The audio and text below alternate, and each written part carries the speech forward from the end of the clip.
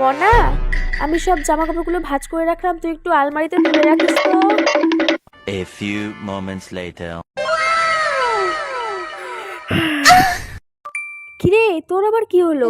কিরে মোনা, কি হয়েছে? আরে কোথায় ঘুমাচ্ছিস তুই? দিন নিয়ে আর পারা যায় না।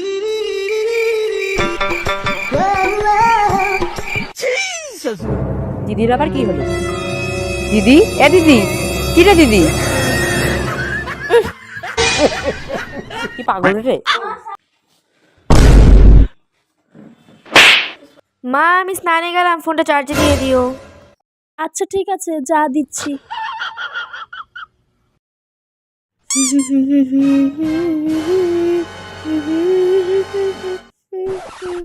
A few moments later.